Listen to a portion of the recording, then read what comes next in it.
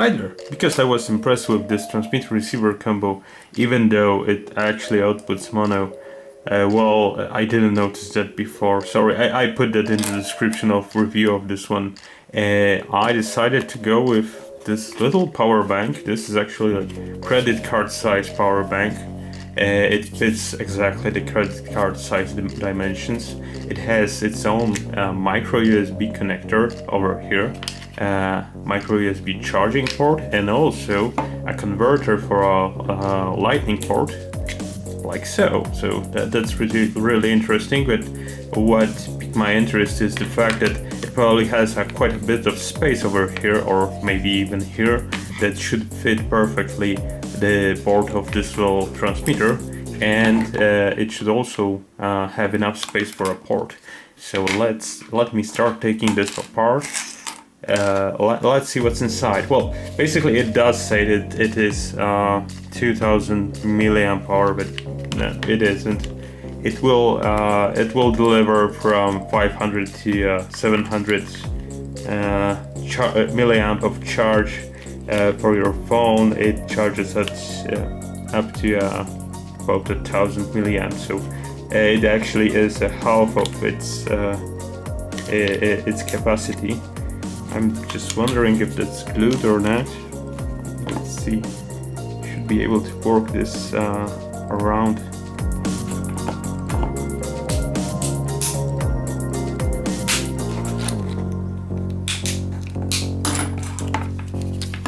Okay, so it started to go apart, but I'm pretty sure that it is glued together. Because it's not possible that it's put together that tightly. Maybe ultrasonically welded, or yeah, it probably has a bit of glue on it. I did bend the plastic when I was trying to take it apart, so okay. So yeah, that looks pretty good. These are the battery connectors, these are the outputs. That could be also an output. Let me just check the voltage over here. Oh yeah, here's 4 volts on the output of the battery terminal, and let's see what's the, yeah, and 5 volts at the output of this. So this is the charging socket. I will keep it like this because I really like its placement over here. Hopefully I didn't bend it too much, so it should go back together well. Okay, so here are 2 LEDs. One lights in red and the other one lights in blue when it is I think, yeah, when it is discharging. So I will have to disconnect this and try to find a way for my transmitter over here. Those transmitters are put together quite well, and firstly I will have to remove this part of the USB plug. Okay, so I'm mostly interested in the board over here. Should be able to open this easily now, yeah. So it does go apart quite easily.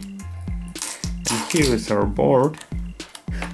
So considering that, well, I can put it like this, so I will have the audio out over here and cut this board over here, so it will take less space, and I will still have access to the button to switch the transmitter and receiver mode. So that would be pretty good. Or maybe like this, if I remove rest of the circuitry. I'm wondering if this will go back together. Yeah, it should be almost fine. I'll have to remove quite a bit of plastic, but also I want to include the switch, turn it on, so maybe over here. Let me just start cutting and I will see how much space do I have.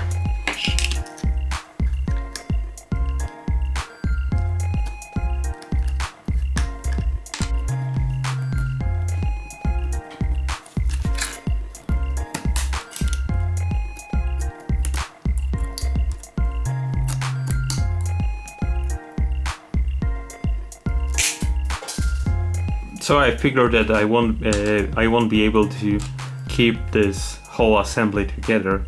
The thing I'm wondering is what will happen if I short this button permanently. So will it basically be constantly in receiver mode, transmitter mode, or what? Or it will start to switch? Because maybe I will be able to get rid of this. Hopefully I will be able to put this somewhere, maybe not even over here. So I will figure this out, but firstly I will have to remove the headphone jack and put it over here. I have this small headphone wire that should be enough, but also I'm thinking about putting the switch over here, and I will be switching because the ground on the board is the same thing as the ground on the headphones over here.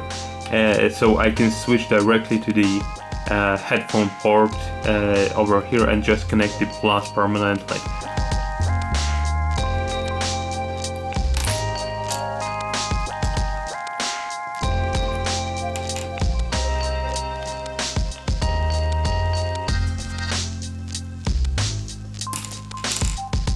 Looking at the board over here, I can easily see that the large pad over here is probably a minus. I already tested that it's connected to the ground over here, and the small pad over here is probably a plus. So I can easily connect this to the battery and see if that will work. I will put a little bit of insulation tape to make sure that I don't short anything with the other board, that I can play it like this maybe, or maybe like that. It should take a bit less space, maybe like that. I think that's a good idea. So I have my plus, and also I will have my connections to the audio jack, and my idea is also to put the switch over here. It will be a little bit on the outside, but there just isn't enough space to put it inside. I will have to glue it down using maybe hot glue for convenience, because I don't see any other options. I don't have a thinner switch to make sure that it is inside. I'm using the cyanide base glue to put the switch and make sure that it will stay in place, but well, I just want to make sure that I have enough leverage here to solder everything, and later on I will be able to add a bit of hot glue to make sure that it stays on properly. It's a good moment to put the audio jack over here, put a bit of glue. Well, what I also did, I broke the case, so there is a bit of you did during cutting the plastic, so probably this will also help keeping this together, hopefully, at least. This glue isn't really great, but it should be enough for the thing that I'm using it for. Well, this dries, I can remove the switch from the board completely. Maybe I will be going with another switch or a completely different placement, because I don't think this will work out. There isn't any place that I can put the board and the switch can stick out. So it only shorts out the ground and this pin over here, and the remaining ones are not connected completely. Firstly, I will try to short it out. So just put a solder bridge over here. Maybe I don't have enough solder, so let me just try add some and see how that will act. I know that, yeah, see, a solder bridge. So I can now connect the power over this switch. It should be dry in a moment. Over here I did exactly the same connections on the audio jack as it was before. I skipped the ground completely.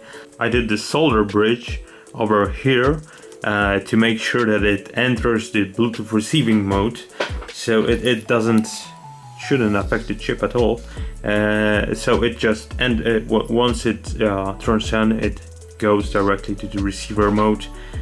In the future I can put a momentary switch on the outside to switch between the modes, but at the moment I'm pretty happy with this. And on the other side I directly connected the plus over here and the minus from the battery terminal over here, because that's common. So it doesn't matter if I connect it over here or here on this board. I checked that beforehand. And the minus goes, let me show you here, this minus goes from the over here to the switch, and from the switch to the battery. So it should all be all well and dandy. So I just fold this over like this, and hopefully I will be able to close this down. So I already had some problems with the jack, so the good solution would be, I think, to put a bit of hot glue on the inside so everything will actually stick. But at the moment, if I turn this off, it turns off completely. And when I turn it on, let me just try and connect my output over here. So here I have some speakers. Yeah, like you can see, it cannot keep the jack in place, but I will glue it later on once I will be assembling this. So let me turn this on. Bluetooth receiving mode. Yeah, as you heard. And also, yeah, that's the connection to my phone. And if I turn it off and on again, it should be do exactly the same. That's really good result. At least for what I was looking for exactly. So I will just put a bit of tape on this and see how can I put this back together. Probably what I will have to do is remove this little rubber thing completely and maybe cover it like this, but I will have to figure out how can I put this back together now. In the meantime, I also found a new toggle switch, so it should go together pretty nicely. I also will add just a little bit of double-sided tape on the bottom here, because when I tried to put it back together, it went apart a little bit at the bottom. It didn't go together as well as I wanted to. So it will help me, and if I put this at the bottom, it won't tear the battery when I will try to open it again, because I'm worried that it will break the cell if I use too much of the double-sided tape. So it will be something like this over here. Just yeah. So it isn't perfect. I will also heat this. Well, that's not the best practice to use the soldering iron, but it will be precise for this application. So glue is cool now. I can remove the remaining that sticks out. The switch works. Everything is together now. The only thing I need to work out is to paint this over maybe. Maybe I should put a little bit more hot glue over here, but otherwise that should be fine. So I'm not too proud how it turned out, but overall it does the job, and that's quite a lot of hot glue over here. It will eventually become matte, this paint, and I didn't paint this part because I just connected it to charge, and you should be able to see it is blinking on red in the corner, and so this will be visible during night, obviously. So when I disconnect it and try to play it, I just have to connect my output speakers over here, for example, turn it on, Bluetooth receiving mode. and as you can see, it also blinks on blue, and I can just press play.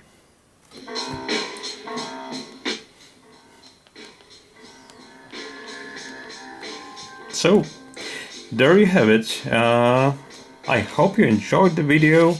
Unfortunately this broke, but overall the structure is intact. I will be checking this out and seeing how long does it work on the little transmitter. Hopefully it should at least for 10 hours or 20 hours. and this will be much more comfortable than the transmitter I made, the receiver, sorry, I made the last time. That was a small box. Thank you for watching. Please subscribe.